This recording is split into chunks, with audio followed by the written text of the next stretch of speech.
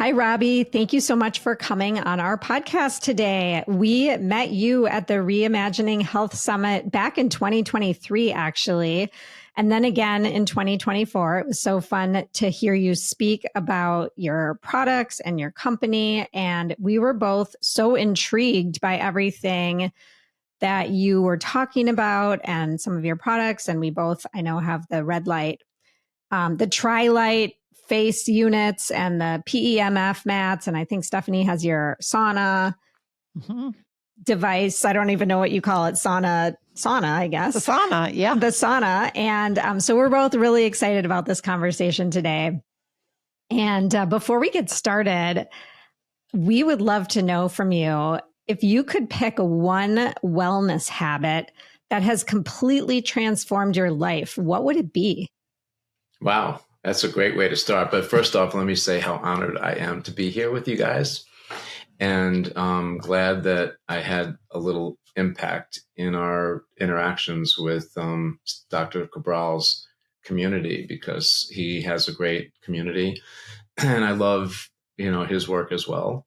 And it just seems like everybody there is just so happy to be together. And, a lot of them have the same qualifications that you have in being, certified health coaches. And that dials up the dialogue even more, because you guys are really dialed in at the components that really make a difference in people's health and well-being.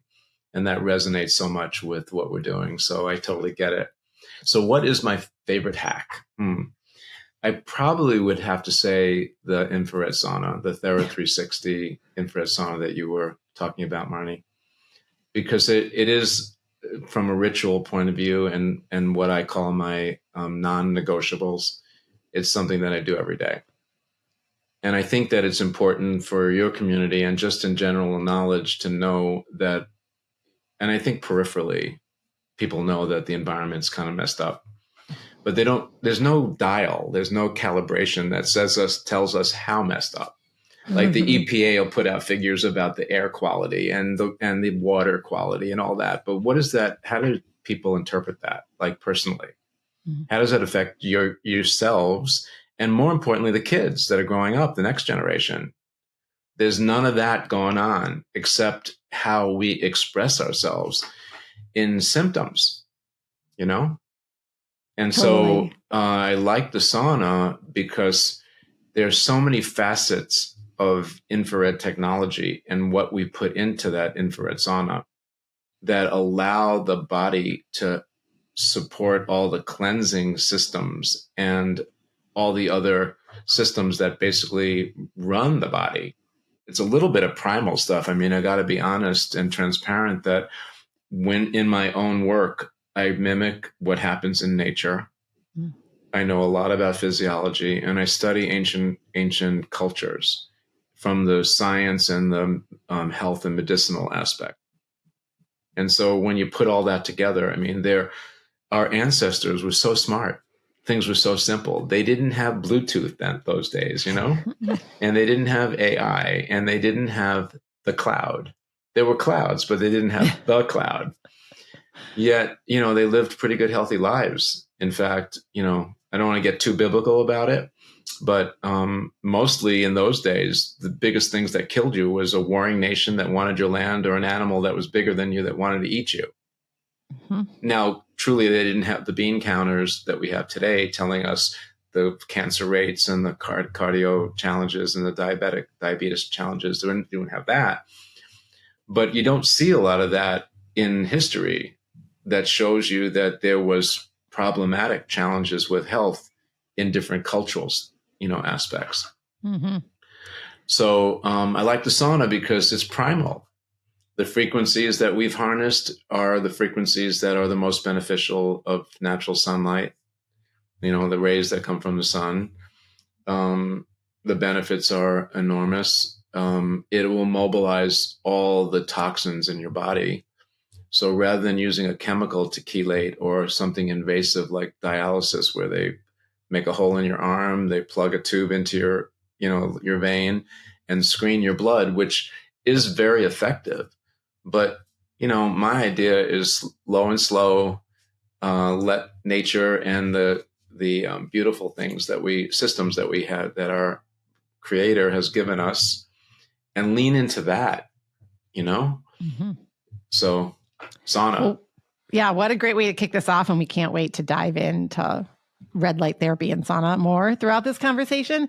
But let's just back up a minute, Robby. And we would love to hear a little bit about what inspired you to start Therasage. And, Marnie and I have heard you tell this, but I think our listeners may not have heard the story. And just overall, what's your mission with advancing these wellness therapies? Well, and the mission is relatively simple. My wife and I, for the last 27 years, have dedicated ourselves to serve in service, I guess. And the mission is just to create technology that harnesses nature, delivers it to the general public. So our devices are generally portable, very affordable. They're simple to set up and they're simple to use. They're sophisticated in terms of the tech, but they're plug and play. And so you just plug it in and, it's very intuitive in a way. And I think that comes from our own life experience. And that goes back to the genesis of Therasage and how we started. My oldest child, my daughter, Julia, contracted chronic Lyme disease when she was in her mid-teens, like somewhere between 13 and 15. That was about 25 to 27 years ago. I have a healthcare background, science, engineering, and a couple other things I picked up along the way, skills. And I think what happened was back then, Lyme disease was a lot less understood than it is today. And often, even today, wrongly diagnosed because it mimics a lot of different other diseases. And so unless the healthcare practitioner, your primary practitioner, is asking the right questions or is Lyme literate, Lyme may not even be on their radar to consider. So if a lot of it's neurological. So let's say you present as if you had MS, but it's really Lyme. They diagnose you with MS because they're not even thinking it could be Lyme. And then they wrongly treat you because they treat you for MS, what you don't have, and they don't treat you for what you do have, which is probably the worst combination you can think of, right? Right. Well, anyway, so we were very lucky because Julia was symptomatic, and at the time, and she did express a challenge with what's called endometriosis. And so what happened was when we were treating that, and the treatment that we chose had a 99% chance or probability of success, she didn't recover. She was still in pain. And then we discovered that the 1% of the women that have this challenge have 100% Lyme disease. Wow. Well, we're living in Florida, and we thought back 25 years ago that Lyme was just geocentric to Lyme, Connecticut, New York, New Jersey, like the tri-state area. So what does that have to do with Florida, right? Anyway, so she has Lyme disease, and we were lucky because we had means, and we got involved with the top Lyme literate doctor at the time, and probably still is, Dr. Joseph Burrascano. And that meant that every 6 weeks we were traveling up to New York and tweaking her protocol, and then come down to Florida. And in those days, we didn't have what we have today, which is virtual medicine, like corresponding doctors, clinics without borders, things like that. In those days, we had entourages. That meant primary Lyme literate doctor in New York corresponds with a doctor down in Florida, corresponds with a pain management doctor, a psychologist, a hematologist sometimes if you need to have, which she did, like a PICC line put in, things like that. There was a whole bunch. It was an entourage. And then there was me. I had pre-medical experience.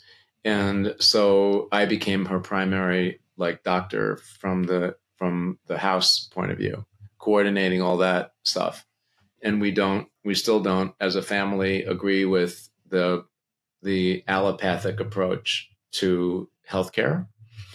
But really the only thing at that time, again, 25 years ago, that showed any kind of success with chronic Lyme was using very caustic antibiotics, which also have their ramifications, as everybody tuning in knows, So against our sort of primary feelings about the approach to healthcare, we chose what we thought was the most appropriate thing at the time.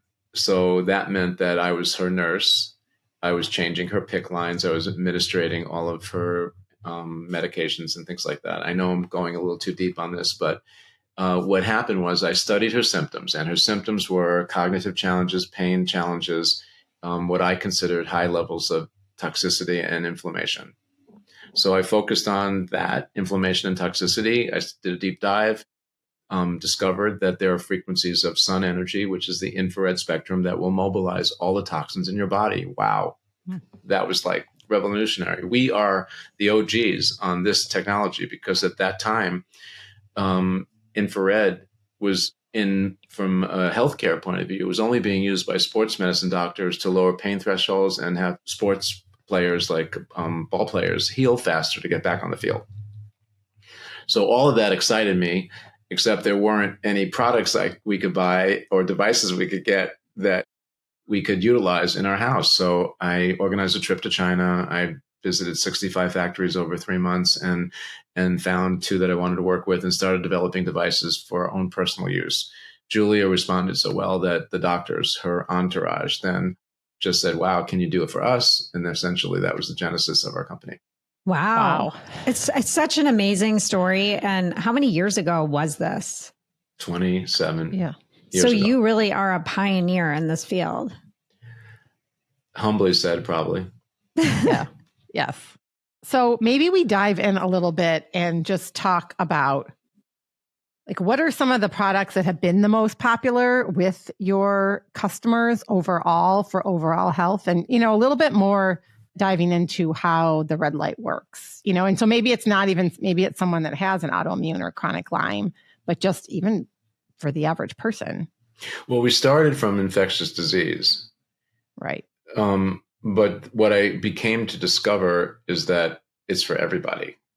And now it's even more important because of a lifestyle of the toxic environment. Way back when I had a very particular focus and challenge, but I wasn't able to forecast wireless networks and cell phone, everything, and electric bikes and cars. And I wasn't that smart. What I was attuned to was the shift in the environment and also the politics around environmental controls and so forth. And I knew that if I could discover and harness nature the way that nature intended it to be and put that into a device, it would be timeless, because as advanced as we are in many ways, we're really moving away from the way nature intended us to be as in biology. Mm-hmm. So, I mean, we've got, overfished waters, and the waters are very polluted. Mm-hmm. And we have air now that has a concentration of glyphosate in it because of all the chemicals they put on the soils that are causing endocrine disruptors and leaky everything. Our guts are leaking. Most of our important organs in our body are covered with a sac to protect it, like the heart and the spine and your gut has like a bag around it. And those bags have cells that are called tight junctions, and they're supposed to be like that. But when glyphosate comes into your system, the tight junctions start to pull apart. That allows undigested food and bacteria that should be in your stomach and your GI tract now leak into your bloodstream. And then your bloodstream goes like, what the heck is it? Is a virus, a bacteria? They can't figure it out. That's the definition of an autoimmune disease. Mm-hmm. And so all these things that are leaking is because of a chemical that's in our environment. Well, how do you protect yourself from that? Infrared sauna, 30 minutes a day. The science is there. Like, how could you not look at this? And it's so simple. Well, it's funny because Stephanie and I did Dr. Cabral's glyphosate test recently, and both of us came out in the highest, in the green, in the green, and the best place you could. We both own infrared saunas.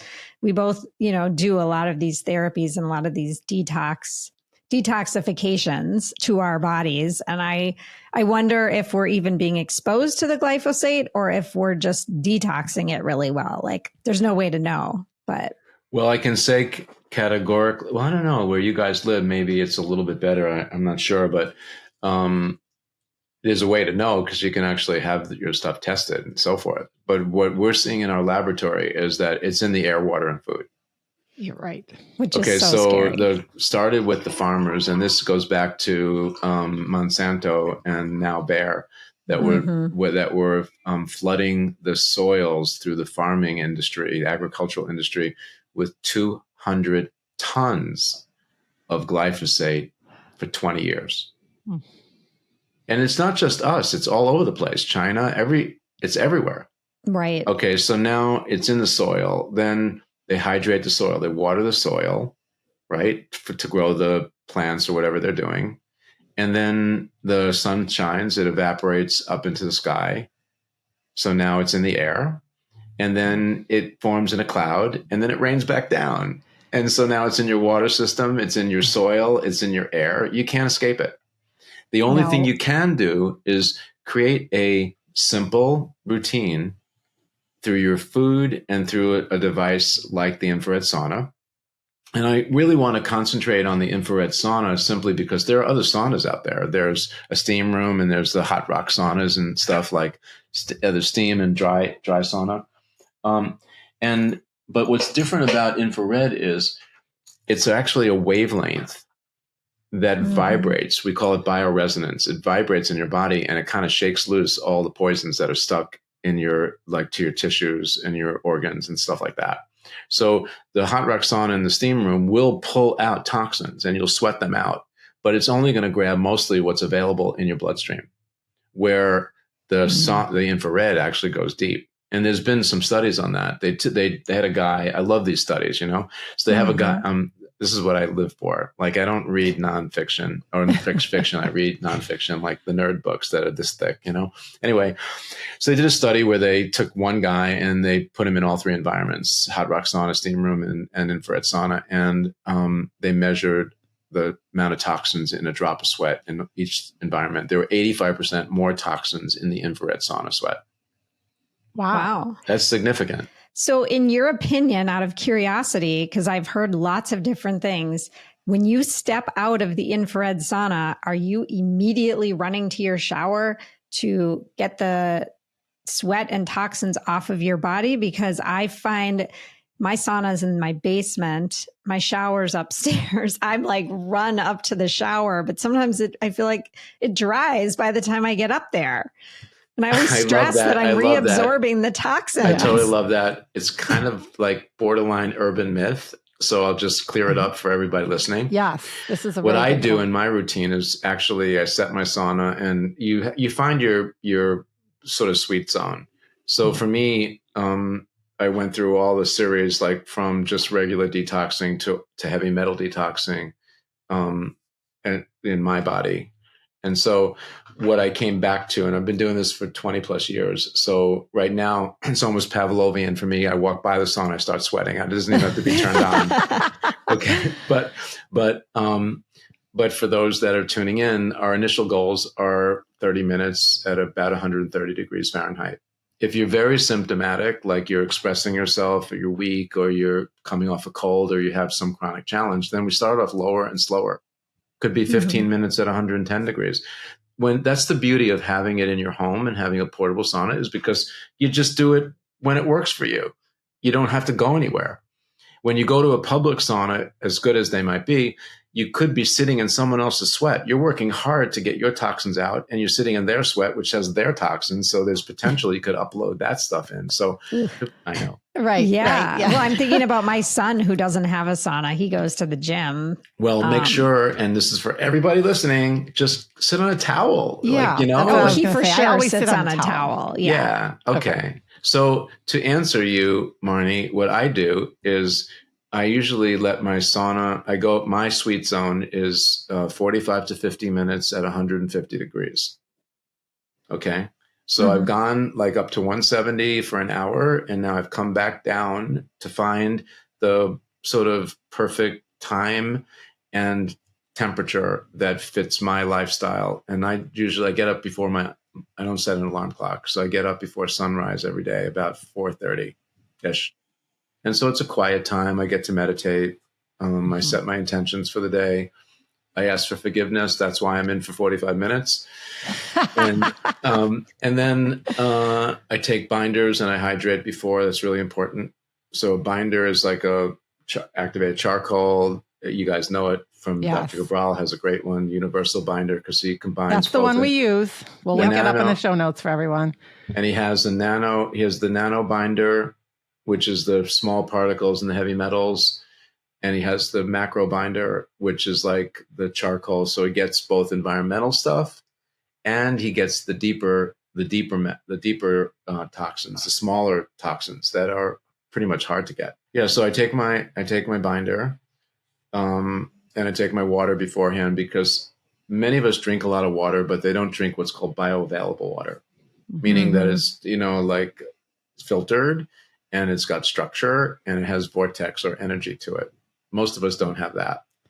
So to ensure that you have enough cellular hydration so that you actually pull those poisons out while you're in sauna, then you drink that 8 to 10 ounces beforehand. And these protocols work for children also, but children, smaller people, their metabolisms are a lot more active. So whatever you do as an adult, let's say 30 minutes for 130, the child would be more like 10 to 15 minutes at maybe 110 degrees or 115 degrees. And if it's if it's a younger child, there should always be an adult there. And there are detox responses that you should be aware of, particularly in the beginning when you're getting used to it, which is like lightheadedness, dizziness, nausea, maybe like headaches that could happen sometimes. A lot of times you just feel tired afterwards in the beginning, but then as you get less toxic, you start to be more energized from your sessions. Yeah. So what about when you get out of the sauna? Are you running? I know I'm getting there, Marnie. I'll tell you. I'll get you there. So I put towels on my chair and on the foot pad, which is also a grounding mat. And I also take a little washcloth in. And so as I'm sweating, I just wipe the toxins off my skin. So for people there that here listening that might have clinics that don't have a shower, like you can actually pull 85 to 90% of the toxins off your body just by wiping them off your skin as you're sweating. Then when you're done with tip. Then when you're off your session, you just take your towels, throw them in your laundry. I generally don't mix my populations of my laundry. You don't want the toxins in your towels to get into your underwear and t-shirts that are coming back onto your body again. So I'll just wash my towels together and I'll wash my clothing separately. Wow. Not very complicated, right? No. So, and I do like to stay in our sauna 5 minutes after my session expires, because there are a lot of other energies that are going on in that sauna that we put into the materials and the tourmaline that is negative ions. And so your body has a chance to absorb that. And also, Marnie, when you dash out, as soon as you hit cold air, your body wants to self-regulate back to normal temperature. And so in the sauna, because you're warming up your insides, your veins and arteries expand. It's called vasodilation. And so that improves your blood circulation by probably 15 to 20%. So if you're eating, organic, or you're taking supplements or medications, it's going to circulate that and expose that element or that nutrition in your blood to your tissues or your cells, actually, 20% more, because it's just flowing faster, As soon as you step out, as soon as you run into that shower, you're vasoconstricting, your veins and arteries are going back to normal, and your metabolism is coming back to normal. So then you're shutting down that advanced metabolic experience. And so I stay in for 5 minutes afterwards. I don't run anywhere. And, but I got a visual, Marnie, on you, like just dashing upstairs. By the way, this is a personal choice. I mean, like some people just need to get in the shower right away. And if that's you go for it. But I guess my question is if I'm dripping and the sweat dries on my body, does that mean my body's reabsorbing the toxins? Not necessarily. Maybe a small amount, but not enough Okay. to be significant. Because remember, like after you're done, you're going to go back out into the world, and your skin is an accentuated breathing organ. So it's breathing in all the toxins in the air, and it's generally 70% of the environmental toxins are stored in the fat that's just under your layer, top layer of your skin. And so if some of it gets reabsorbed, it's probably just going to be there. And which is different than being inside in your tissues, in your organs. And guess what? When you take your next sauna, hopefully the next day, that's the first garbage that comes out. So even if you do reabsorb a little bit, don't worry about it. Like you can get crazy with this stuff, but that's not something to get crazy about. Okay. Thank you. I feel like we could talk about sauna and I have more questions, but I want to make sure we have time to talk about a little more about red light in particular. Okay. And like the face mask. And I know you have a new product that I'm actually wanting to buy. I do use that like 3-in-1 or 3-fold. Tri-light. The tri-light for my face, but you have an actual face mask. So we do want to get into red light therapy. I know there are a lot of our listeners out there have heard about it obviously there's lots of different benefits, but also in particular, those that are like focused on aging and their skin and collagen and wrinkles and all that. So maybe we can dive in a little bit and even talk about red light for pain therapy as well. Okay. Are we ready? We're doing that now? Yeah. Okay, we're doing it. Okay, perfect. Okay. So the infrared is broken into 3 different sections: near, mid, and far wavelengths. The red light frequency is a frequency that's just before the near infrared frequency. And in, I think, 2 conventions ago, I did a presentation on red light therapy to Dr. Cabral's group. And so a lot of the attributes that people are thinking about, or the benefits that are about red light, are really about near infrared frequency. The one that's just, and I'm talking about, it's like, if you imagine a radio station, 105 is R&B and 106 or 107 could be country rock, So just 1 or 2 notches further on the electromagnetic scale is where the difference between red light and near infrared. But the thing is that people, the public, like you can't see near infrared. It's invisible. So we're talking about something you can't see, hear, taste, or smell, right? Now, red light you can see. So everyone's raging on red light because it's red. You can see it. But not all red light is the same. And as a bioscientist and researcher, we define which frequencies, even within the red light spectrum, that are the most beneficial. And that's what we put into our devices. In fact, this is going to sound a little crazy, but everybody out there, almost except for us, uses 660 nanometers, the measurement of the red light. We use 663. And those 3 difference in nanometers makes a world of difference in the way that your body responds, your skin responds, making natural collagen, changing anything like skin related, like wound care, psoriasis or eczema. Things like that. Your skin is a barometer. Like it's telling you what's happening in your internal chemistry. You guys know that. Mm-hmm. Yeah. So I hadn't thought about this for eczema. Or psoriasis, actually. Yeah. Yeah. So it's amazing. And, for like beauty and anti-aging stuff, like women, like it's a natural way, the collagen, because as we get older, like past our mid-20s, we start making less collagen. Mm-hmm. So, and also glyphosate is another thing that steals the collagen that we do have inside of us, because it in the process biochemically, it turns glyphosate turns into glycine, and it takes collagen, which is like part of our connective tissues, and it makes it from very flexible. It's part of our fascia network, which covers our whole body, and it makes it stiff and brittle. It's really bad stuff. This glyphosate is really bad stuff. I want to go back for a second, because there are a lot of companies making red light therapy products out there. Every other day I have a friend asking me about a red light therapy product, and I'm like, I don't know that company. But so you're saying the 3 nanometers in yours makes yours stand out.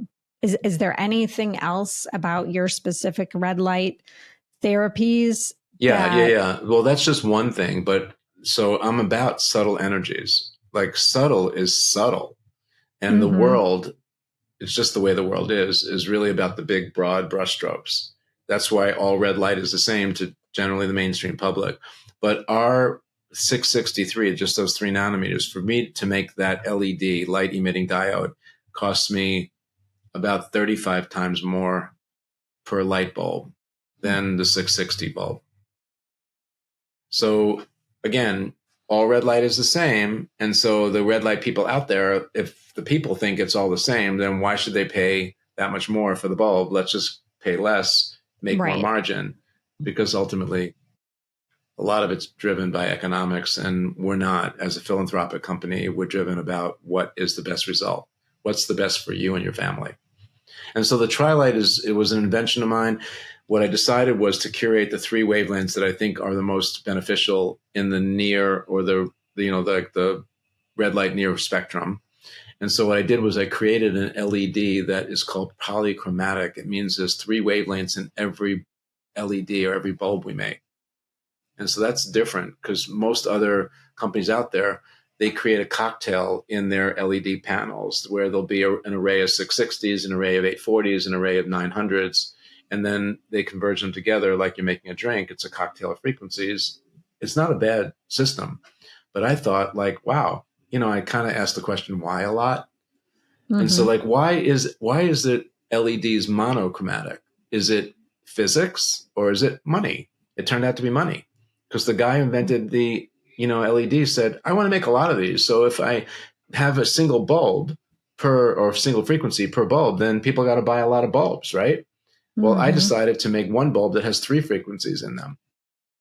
So I'm delivering 3 times the amount or more, 3 times more of light frequency directly into the body. And what's really unusual about our approach is that our stuff is on body. And the closer you can bring these wavelengths to your skin, the higher absorption, which is called emissivity, the higher level of emissivity, which we're rated at like 98%, 99%. So almost 100% of the light that we're generating when you put our Tri-Light on your body or on your face is getting into your skin, through your skin, into your muscles and into your tissues, and then ultimately into your cells, which is the end game. So if I had like knee pain, for instance, which I do, if I put the Tri-Light directly on my knee, would I have a reduction in pain, would you say? Oh, and totally. If so, absolutely. How many times or how often would I need to do that to see that reduction? Oh, okay. Well, we are guided by FDA. We're also unusual like that because part of our orientation was through medical. So you see me in Dr. Cabral because we're mainstream. But when we started 25 years ago, we got 510Ks, which is the qualification you need by FDA. Because what I did was I said, okay, I'm a bioscientist. I'm in my little laboratory. I'm creating all these things. And how do I get it out to the public? So I thought then the traditional ways was magazines, TV ads, newspaper things. Like we didn't have social media. We didn't have Instagram and ambassadors and influencers and all those people,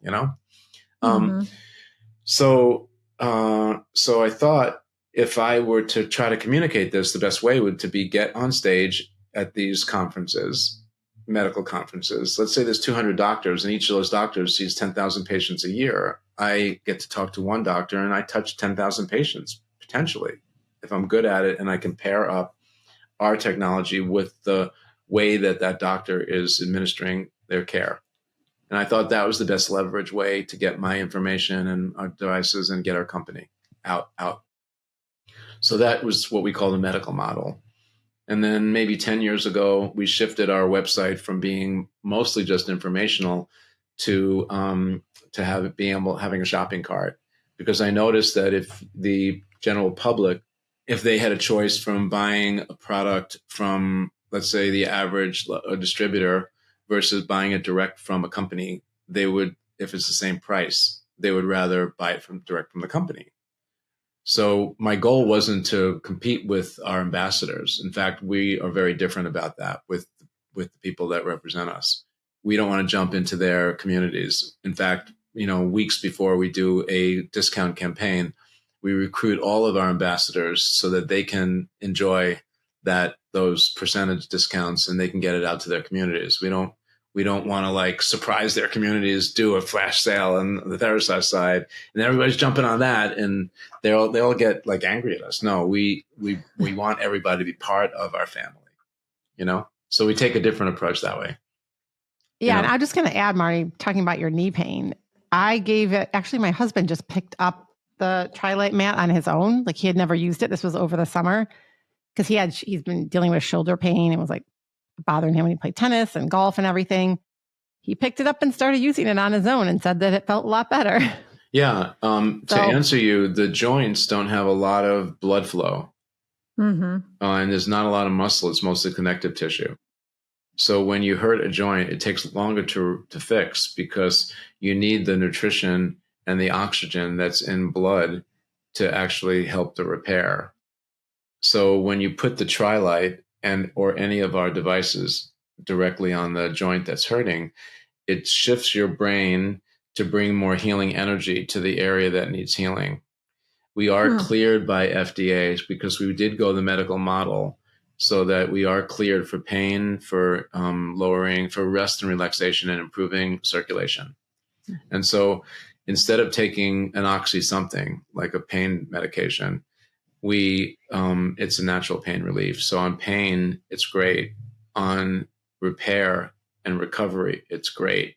But because you're using a joint a lot, it's hard if you immobilize the joint by wearing a sling or a soft cast and use a red light, you'll actually fix that area faster.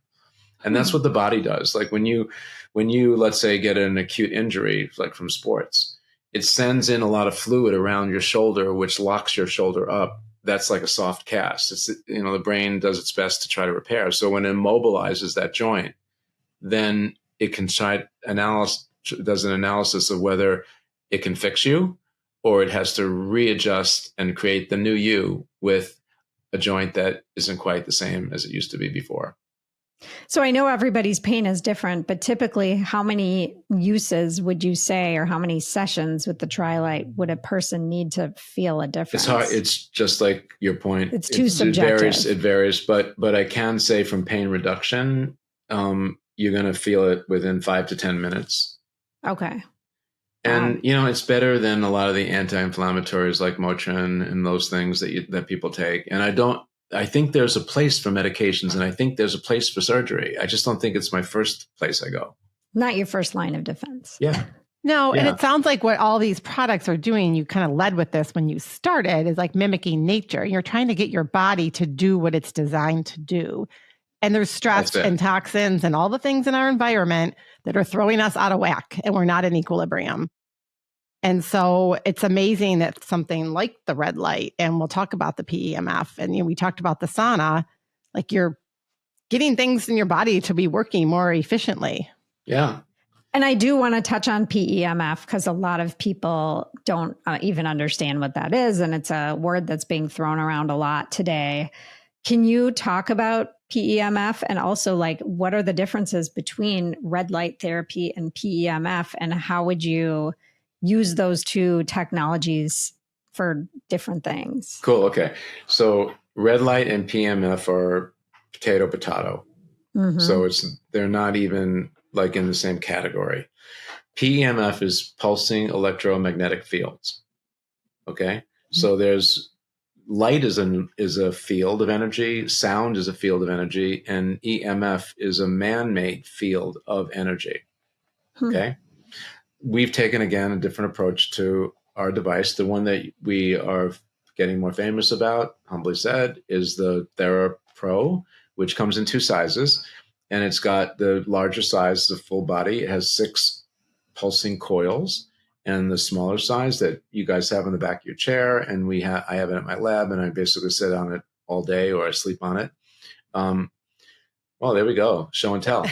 Okay. Head over to YouTube. You can kind of see a little bit of it. That has 4 coils in it. They both do the same thing. So what everybody else in the PEMF world, like companies that make them, what they do is they pulse what's called full spectrum, a full array of man-made frequencies, exogenous frequencies that our bodies are not designed to harmonize with. They're man-made. Like they weren't around during Jesus, Moses, and Buddha days, okay?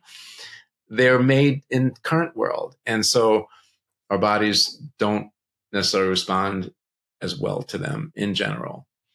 What I thought was, why don't I curate, like I did with the Tri-Light system, why don't I curate the frequencies within EMF that actually are good for you? And that's what we did. So we have like 8 different frequencies. 2 of them help your autonomic nervous system shift you into a calm state. We have 2 of them that shift you into an excited state. So if you're getting ready for a competition or you want to be focused at work, you use those. And then the other 4 are about acute to chronic pain. Almost, let me see, 30% of Americans, like more than 100 million people, talk about chronic pain. I mean, my God, like that's crazy, right? Yeah. And then the 9th function is a 5-second random of all the 8. So you get like a cocktail just because it's sort of bouncing around. And it's pulsing. When you pulse something, it's a higher stimulant to the body. And so as opposed to streaming. So red light is streaming. Infrared, even though you can't see it, is streaming. That's the way sun delivers it to the planet, okay, to plants and animals. Pulsing is like a starburst or like a lightning bolt. Lightning is electrical, but boom. And then it's like it's targeted and it's, you know, like an incredible concentration of power into a very small area. That's what pulsing is doing. And so, is it only hitting the area? Like if I'm sitting on my mat right now, is it only hitting the areas that I'm sitting on? Or great question. Boy, you guys are doing so good today. It starts around the area, similar to red light and infrared. It's around the area where the diode is. And then because your body gets somewhat saturated with that energy, it starts to move around. So now it's a time and a time concentration equation. So if you're on it for generally on the red light and infrared, you need 8 minutes as an adult to get enough frequency in your body for things to create a physiological event is the technical term. With PEMF, it's actually a little less. It's more like 4 to 5 minutes because we're pulsing. So it's a higher stimulant. And so after that, it's a question of how much time you have. And so we've preset in the TheraPro 30-minute, 20, 30, and 40-minute treatments based on what frequency you're picking. And then if you're not satisfied, you hit it again, go for another round. You can't overdo it, right? No, you can't. That's the interesting part. That's what I was wondering. You know, when your body sometimes I'm just like resetting it all day long if I'm in my chair. Keep throwing quarters into the machine. I know. Yeah. You can't, because what happens when your body gets completely saturated with light or with PEMF or with sound energy, it just lets it go. So it's part did I understand correctly? Like if you had pain in your foot, but you had we have the shorter version. We don't have the full body one that Marnie and I use, and we sit in our chairs. But you're saying after a certain amount of time, even though the light is only hitting, you know, sort of our upper legs and back, it would help the pain, help relieve pain in your foot. It will from like a referral point of view, meaning it's improving blood flow in your whole body. Ideally, you know, where you feel it, you should have the pad.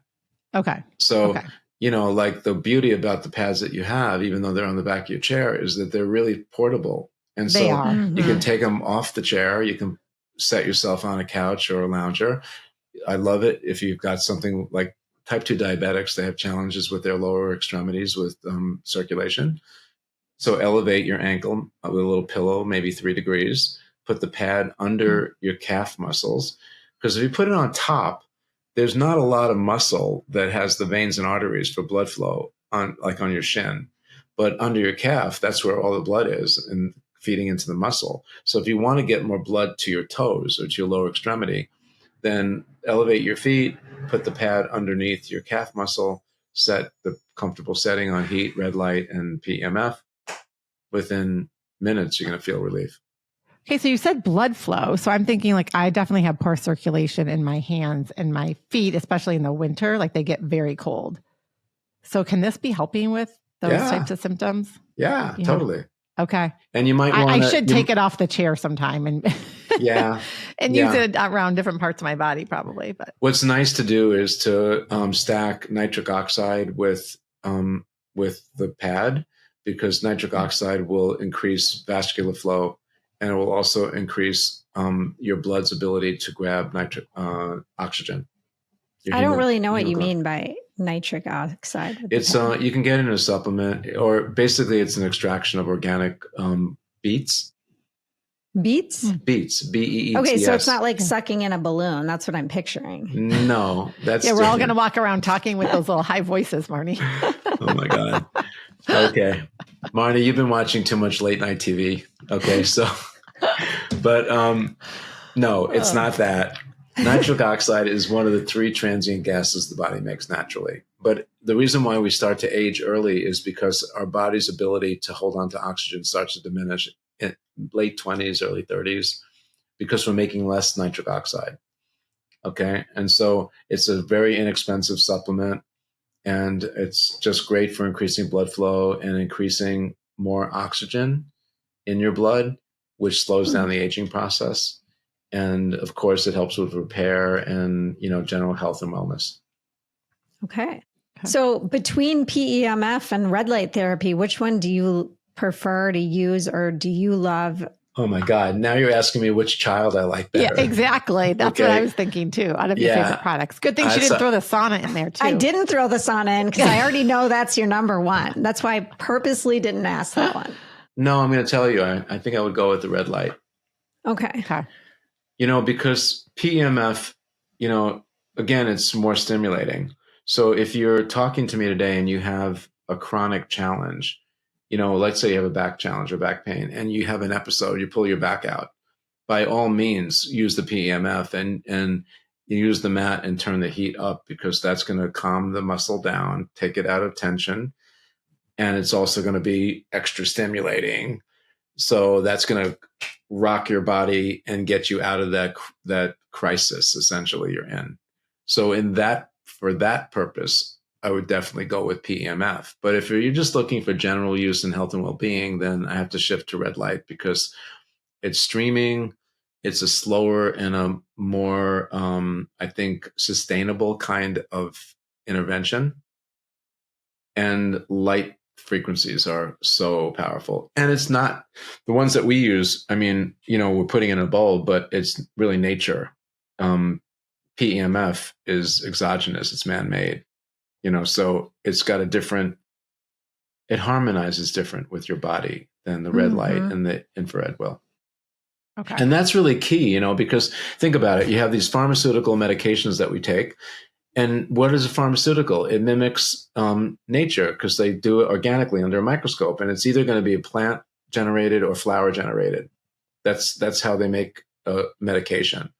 So under a microscope, they look the same, but because a natural remedy like a homeopathic or a natural supplement, plant-based supplement, is an extraction of the plant itself versus biochemically derived, it's absent those energetics that you're going to get something from it. But if you're spending your money, get all of it. Don't get some of it, Yeah. Right. Is my opinion. And I'll say it again, that there's a place for medications. There's a place for emergency rooms and surgery and all that. But if I can use my body and, to do the heavy lifting, I think that's the long-term play for health and well-being. Well, and I think that benefits everyone, right? You know, the individual and our whole healthcare system. So with some relatively small investments, Okay, so I feel like we need to have you come back on for a part 2, because there's so many things we want to cover, but I'm dying to know if there are any emerging therapies or things that you have in the pipeline that you maybe want to give a little bit of a sneak preview to, or just other things that you're coming up with and how they could complement your existing red light therapies or PEMF. Yeah, well, you probably figured by now I'm not complacent. I'm never really satisfied. Exactly. My work is really never done. And I'm enjoying that part. We did launch the theravibrational category about a year and change ago, which I think is the new medicine. So we figured out a way to harness frequencies and put them into holograms. I'm wearing them one right here. You can see that little gold dot? Oh, yeah. So that's for recovery. And so what I hear, there's about 72 different frequencies that are like recorded on this format. And I wear those frequencies on my body. And so my body is constantly being rejuvenated with those frequencies. So we have ones for pain, immunity, mitochondria, so it gives you energy. We have ones for recovery, for pain reduction, and for revitalization. And so that's is that a sticker or is it like a chain? No, it's a little sticker. It's a sticker. So it's similar to our, what's it called? I'm blanking on it. The nanotechnology. Oh my gosh. Marnie. Is this nanotechnology? Well, with light, like you infusing light from outside your body with your body's heat to kind of rebalance and no, it's a little different. Okay. We did a deep dive 3-year plus study on all the organized and categorized all the frequencies in nature. And then we picked out which ones we want for different things. Okay. And then we figured out a way to record those frequencies, just like you're recording like an audio tape or a videotape. We record the frequencies, and then we figured out we had to build a medium to be like tape to be able to put those frequencies on, place them on. So that took 18 months. And then we have these formats, which are like these stickers. And we have another format, which is a carbon fiber card. This one's got 220 frequencies in it. And what would you do with the card? You hold it on your body. You keep it in your wallet. I also wear one. It comes in 2 formats. It comes like a pendant.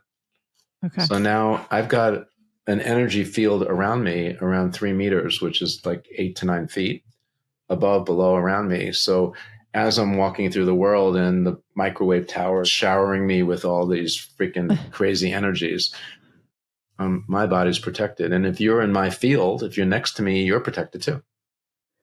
Okay, that's so cool. So you can put those stickers anywhere on you, or there are specific places? We follow, again, I study culture. So when you buy them, they have there's like an Android looking person, and there are traditional Chinese medicine meridian points. The meridians, yep. Yeah, for general use. But like, let's say you hurt your shoulder, I would put 1 or 2 pain patches around my shoulder and 1 recovery. So I'm dealing with lowering pain and healing at the same time. So it's the Tau patch is what we were thinking. The Tau patch. And we had he wasn't the founder, but he's someone who's running the company now on. And Marnie and I have worn these. And so we're just curious how they were. It sounds similar or different. I don't know different technology, but maybe it's somewhat. I don't know that one, but I know what we do.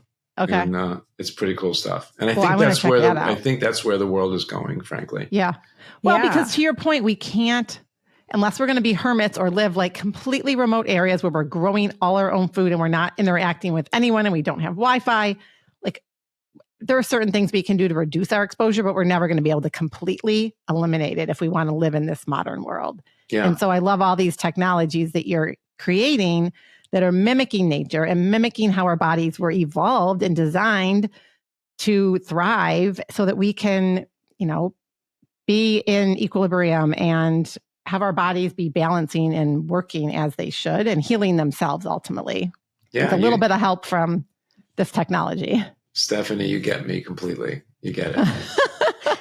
I'll tell you something even not stupid, but more practical. This is just Robby. Again, when I travel, I have a separate, like the kind of suitcases that you put in overhead with my supplements in it, like a whole little suitcase. And I find that ridiculous. Okay. But because our soils are so they're not cultivated. They don't have the same organic bacteria and things anymore. So our foods aren't, you can buy organic food, but it'll vary from state to state because of the soils that they're grown in. And so because of that, I supplement a lot with plant-based supplements because I know that even though I'm eating food, it's not giving me what I need. And so what I thought was if I could record the frequencies of all these supplements and put that into a patch, Now I don't have to carry all these vitamins around with me because I'm receiving the energy and the frequency of those supplements I'm wearing it. I don't even understand what you're like. That sounds so complicated. And how could you test that? Well, it's kind of pretty easy because it all shows up in your blood, right? Mm-hmm. And so, but how do you? This is probably for another whole show, but super interesting. I'm interested in. We'll make it a teaser. We'll make it a teaser. Okay. Yeah. All right. So we've been trained to eat food. Right. Like, there are people out there like breatharians and people that go for months at a time without eating any food. How do they do that? Which always baffles me. But yes. Okay. Okay. Because the brain and the pituitary, which is like your internal chemistry, adjusts your chemistry, adjusts to the frequency of the foods that we're eating. Okay. So you ever have a food craving? You guys? Yeah, of course. Yeah. What? Give me one, Marnie. Chocolate. Okay, good. How about you, Stephanie? Salt, actually. Something like salty. I'm on salt too. Let's say you ever crave a banana? Yes, I love bananas. Okay. Marnie, when you crave a banana, in your mind right now, tell me what you think the main nutritional value of a banana is. I think there's potassium. Stop. And I think Stop. That's it. Right answer. So intellectually, you know that a banana gives you potassium, right? We know that from probably high school. Now, could it be, I'm just theory now, could it be that when your body is deficient in potassium, your brain says, potassium equals banana, so let's send a notion to Marnie to crave a banana because I really need potassium. Okay. We're good there, right, so far? Yes. All right. Now, when you get that banana and you eat it and you actually digest it down to its simplest form, I mean, I'm talking about all the way down, right? It doesn't look like a banana. It's actually a frequency. The banana has a frequency. Everything in nature has a frequency. Einstein said that in 1942. Right. Okay, so if I could record the frequency of potassium or a banana, if I could record that. What do you mean by record it? Well, you can, just like in science, like light science, identify what the frequency. Yeah, and Royal is? Rife did that when he identified everything in nature had a frequency. He actually cataloged every frequency of every organism. So that's Rife. You probably heard of Rife technology. No, I'm not that familiar with what you're talking about. Wow, it's cool stuff. Well, in my world, it's really cool. Yeah, in my world, it was really important because Rife technology was something that was used for Lyme disease way back when, and 27 years ago, I got certified as a Rife clinician. So I have a question, not to interrupt you, and we are going to have you come back on. Would you say the reason why people who are eating a highly processed food diet with dead food and no energy tend to overeat partially because they're like trying to fill a void and they're not getting that from their that's food? A whole different. No, that's like a different thing. That's a different thing. Yeah, I studied diets for 5 years, so we can talk about diet stuff too. Okay. Well, I think that's more of an entrainment thing, and sort of like they see Burger King and on TV or they drive there's by. Some more like there's addiction in the brain. There's all kinds of things going on. It's called a limbic response. So they drive past it, they smell the food, and then they immediately get hungry. Yeah. I didn't know if this would also contribute to it. Anyway, I know we're going to have to wrap up here, and this is fascinating. I definitely want to dive deeper into this topic. The next session will be back to the banana. That's what we're going to call it. We'll start with the banana. Yes, totally. All right. So where can people dive into your products, your research, all of that? And we'll link it up in the show notes as well. Yeah. So it's simple. Therasage.com website. Therasage Infrared is the Instagram and Facebook. We lean into Instagram a little bit more, and TikTok, we're bringing that up. We have a YouTube channel, so they can see us that way. You can call the 800 number, 888-416-4441, or you can write us customer service at therasage.com. And Robby, you have a very generous offer for all of our listeners out there. So within 72 hours of this episode dropping, so I hope you guys are listening right away, they are going to give everyone 25% off of your purchase, right? With the code Art of Living Well, all in caps. Site-wise, it's not Site-wide, just one, which is amazing. Which is amazing. And I would excited say to get the face mask. For anyone out there, though, that wants to sauna, that has struggled, that doesn't have, either the space or they can't make the big investment to get an infrared sauna built into your house, I have, and I've been using it for over 2 years, the Therasage portable sauna, and it is great. And anyone in your family can use it, and it's very easy. So highly, highly recommend it. Thank you. Yeah. Appreciate you guys. Appreciate the opportunity. You. Great conversation today. So wait, one more question for you, Robby. What does the art of living well mean to you? Wow. I think it is noticing what you notice in your life, reducing life to simple pleasures that make you happy. I love that. I think surrounding yourself with people that love you and you love, and having a hell of a lot of fun every day. Oh, I love this. Great words of wisdom, actually. Absolutely. I mean, and having fun, just playing and, Yeah, it's so simple. Yeah, it's like the best medicine in the world. Yeah. Sometimes we laugh at overthink yourself. things, Like just right? learn to laugh at yourself. Yes. Even that part is great. We overthink too many things on a daily basis. Yeah. You got that. So. Well, thank you so much for coming on. This has been well worth the wait. And yeah, we're excited for the part 2. Part 2, we'll start with the banana. Yep. Okay. There we go. Okay. Well, have a blessed day, everybody. Have a great day. Thank you for having us. And we're looking forward to great things out of you. Can't wait to see you at the next Cabral event. Yes. And, next fall. And maybe even before that. And looking forward to great things from both of you. Thank you for having me. Thank you so much. Bye-bye. Take care. Bye.